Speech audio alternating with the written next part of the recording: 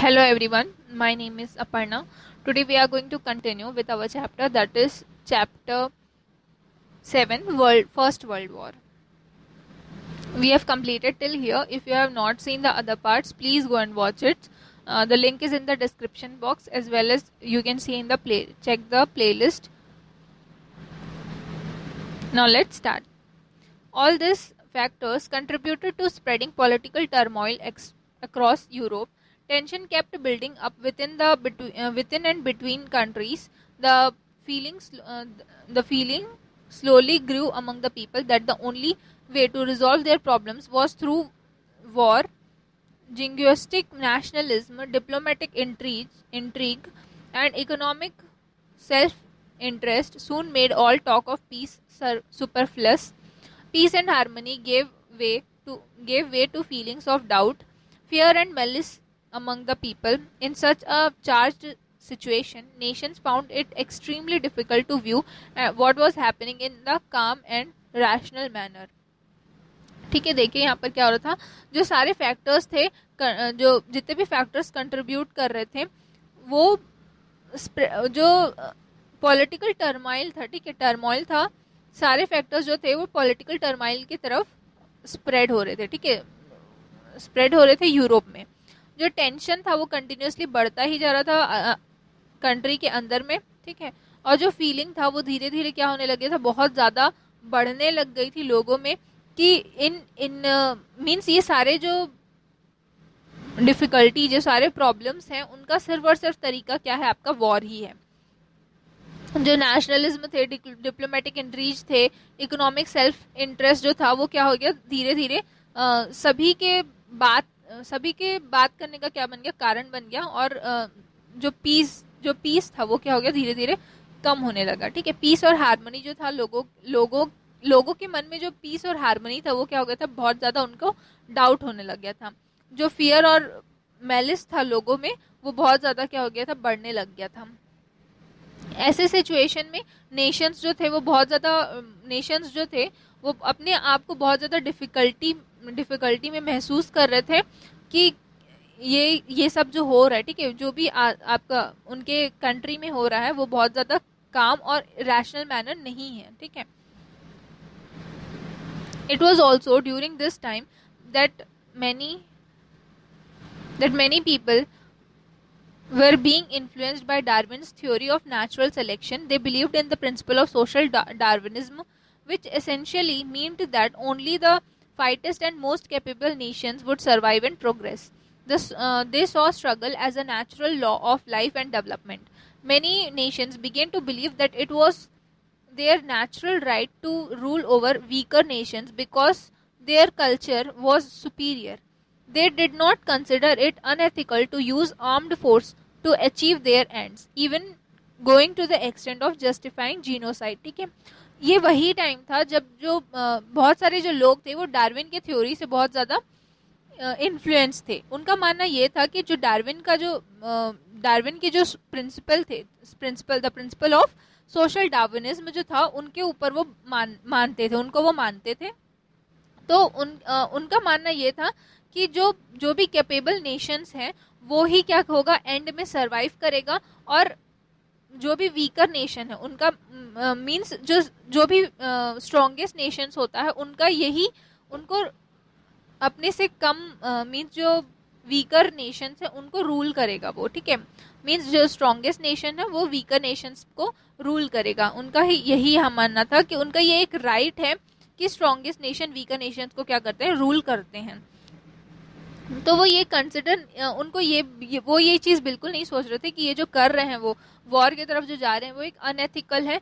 उनका मानना ये था कि ये सारे जो आर्म्ड फोर्सेस का यूज़ कर रहे हैं और वॉर होगा, ये सब क्या है, बहुत ही ज़्यादा मतलब ठीक है. उनका मानना ये था कि यही अब क्या है, ठीक है. Newspapers play a key role in influencing public opinion. At the time of the First World War, many newspapers contributed to the spread of ultranationalism. They presented news of incidents in such a provocative manner that people were incited, making it difficult to enter into peace agreements.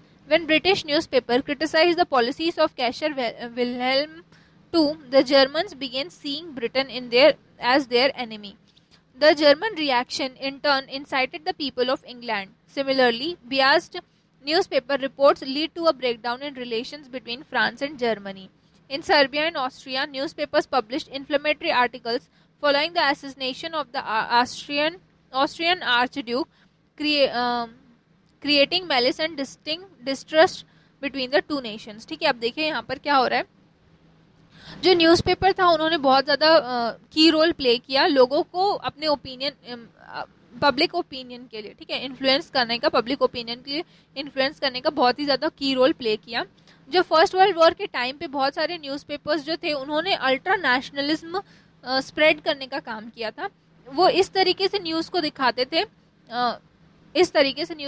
थे, कि लोग क्या है उस चीज़ में अपना ultra nationalism को क्या करने लगते थे, बिलीव करने लगते थे. ठीक है, जैसे कि ब्रिटिश न्यूज़पेपर्स जो थे उन्होंने कैशर वेलम की जो पॉलिसीज थी, ठीक है, कैशर वेलम टू की जो पॉलिसीज थी उनको क्रिटिसाइज किया था, जिसकी वजह से जो जर्मन्स थे वो उनको ये लगने लगा था कि ब्रिटिश जो है वो अब क्या है उनकी एनिमी ही कंप्लीटली क्या है उनको अपना एनिमी मानने लगे थे. उसी तरीके से जो जर्मन रिएक्शन था, ठीक है, ब्रिटिश न्यूज़पेपर के प्रति जो जर्मन रिएक्शन था वो इंग्लैंड के पीपल को क्या करने लगा, इंसाइटेड करने लग गया. उसी तरीके से जो बियास्ड न्यूज़पेपर्स थे उन्होंने फ्रांस और जर्मनी के बीच के जो रिलेशंस थे उनको ब्रेकडाउन के रिपोर्ट्स को दर्शाया. ठीक है, उसी तरीके से यहाँ पर सर्बिया और ऑस्ट्रिया में जो आर्चड्यूक का जो असैसिनेशन हो गए थे, तो सर्बिया और ऑस्ट्रिया में वहाँ के दोनों नेशंस के डिस्ट्रस्ट को शो कर रहे थे. Ultranationalism led to the rise of militarism. All nations focused on fortifying their armies and equipping them with the latest weaponry.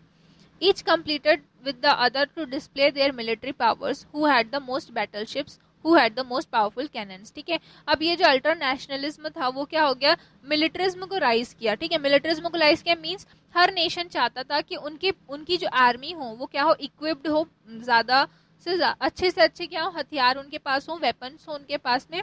तो हर एक कंट्री क्या चाहती थी, दूसरी कंट्री को, अपने ओपोजिशन को क्या करना चाहती थी, दिखाना चाहती थी उनके मिलिट्री पावर के बारे में. तो ये क्या हो गया था, उनका मिलिट्रिज्म का भी बहुत ज़्यादा राइज हो गया था.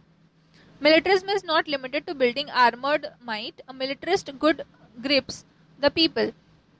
They believe in a disciplinary regime where everyone complies with orders uncritically and accepts state policy without asking questions. Democratic values are undetermined, but such a climate suits the agenda of military rulers.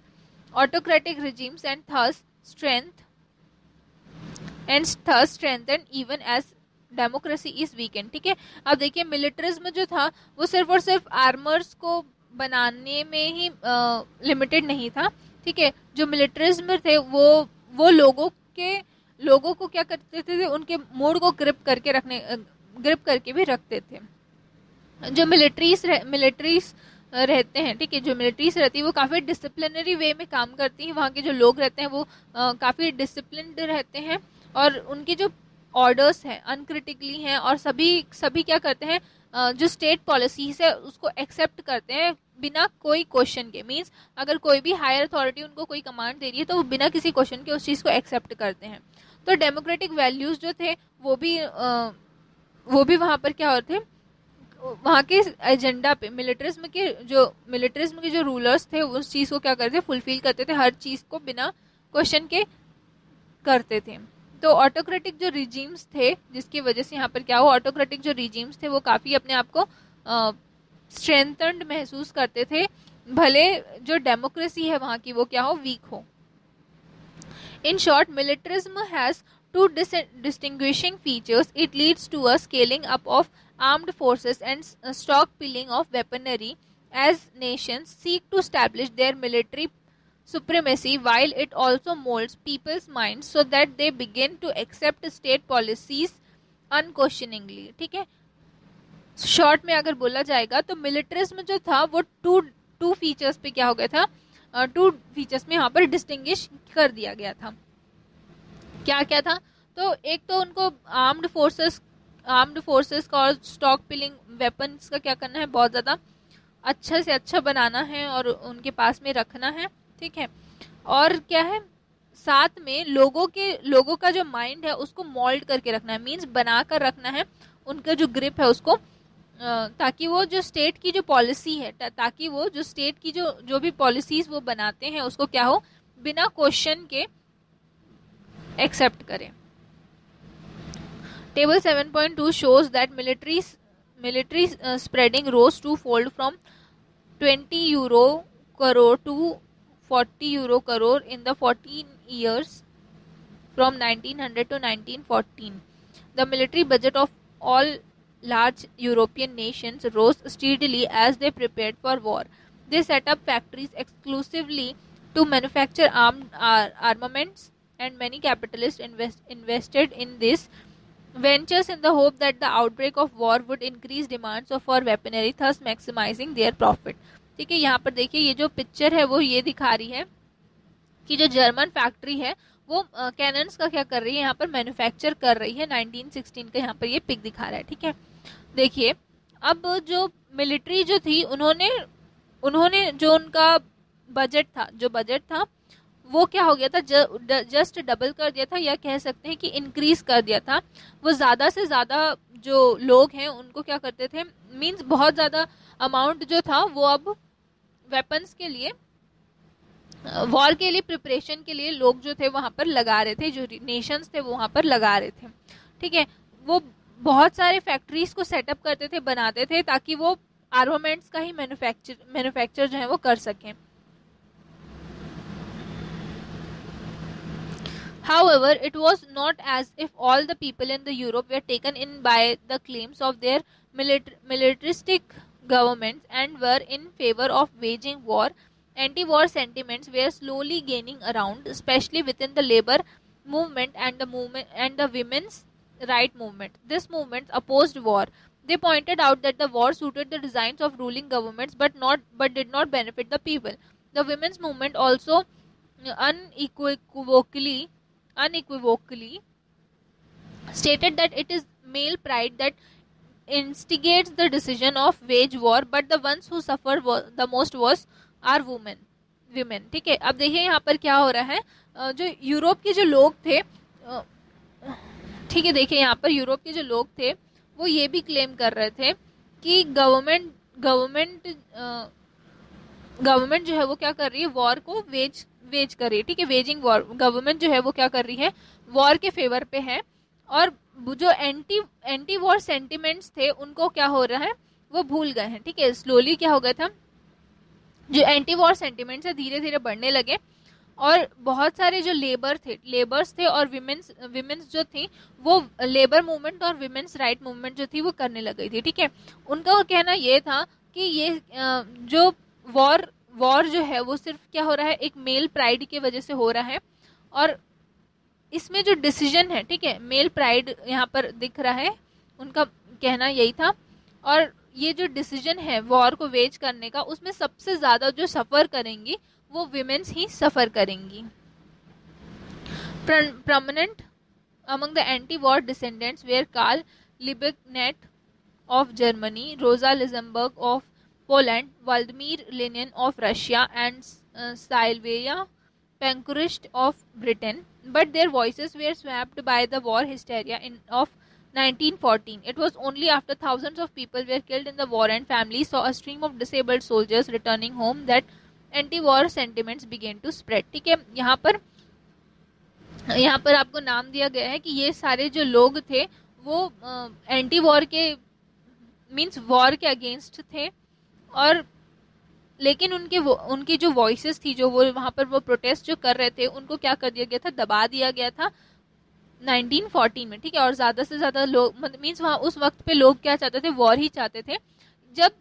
जब war हुआ, ठीक है, जब war हुआ और बहुत सारे लोग या तो मर गए या तो फिर डिसेबल्ड हो गए, उसके बाद ही लोगों को क्या हुआ, या तो बहुत सारे लोग जो थे वो मर गए या तो फिर डिसेबल्ड हो गए, और जब डिसेबल्ड सोल्जर्स जो थे वो वापस अपने घर आए, तभी लोगों को ये चीज़ समझ में आई कि वॉर से क्या हो रहा है, आपका नुकसान ही हो रहा है और उनका खुद का नुकसान हो रहा है, क्योंकि या तो लोग मारे जा रहे हैं या फिर वो डिसेबल्ड हो जा रहे हैं। ठीक है, तो इसी इसी जब सोल्जर्स रिटर्न हुए अपने होम में वापस आए, उसके बाद में ही उनका जो एंटी वॉर सेंटिमेंट्स थे वो स्प्रेड होना स्टार्ट हुआ उनका।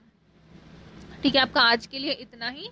इसके बाद हम लोग स्टार्ट करेंगे why did the first world war happen. Thank you.